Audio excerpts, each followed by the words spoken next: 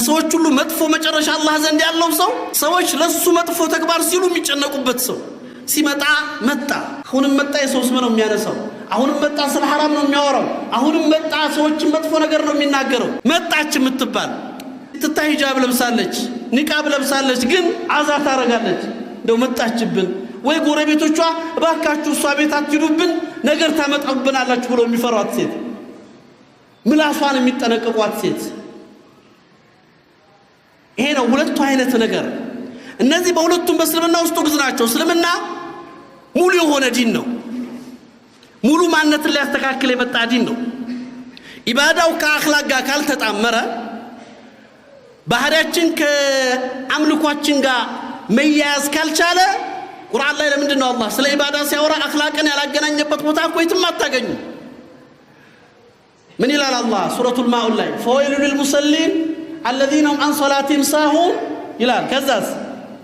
والذين هم يراعون ويمنعون الماعون ሶላት ላይ መዘንጋትና ስለ ወቃቱ ውስጥ ምን አገናኛቸው አላህ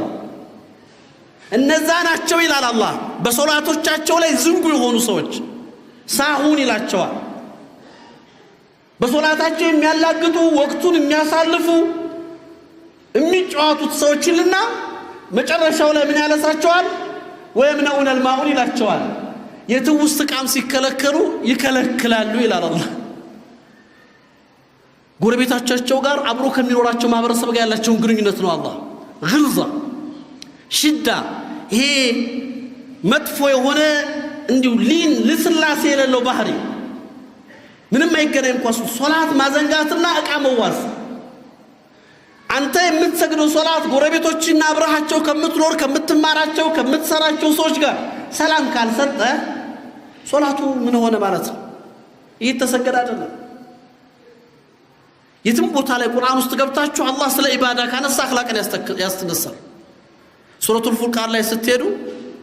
የምታገኙት ይሆን ወኢባድ الرحمن الذين يمشون على الارض حونا واذا خاطبهم الجاهلون قالوا سلاما ይላል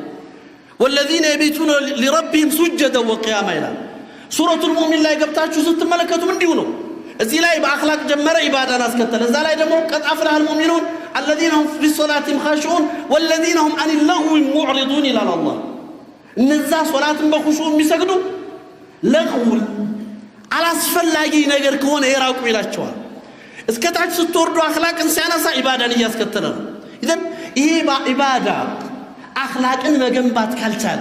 ስነ ምግባርን ማነጽ ካልቻለ የኔን አይን የኔን እጅ የኔን እግር የኔን ብልት የኔን አንደበት መሰብሰብ ካልቻለ ኢባዳው ምን ይሆነ ነው መጫወቻ ይሆነ በፍጹም አቢድ ሰው አላህን የሚፈራ ሰው አኸራ አለብኝ የሚል ሰው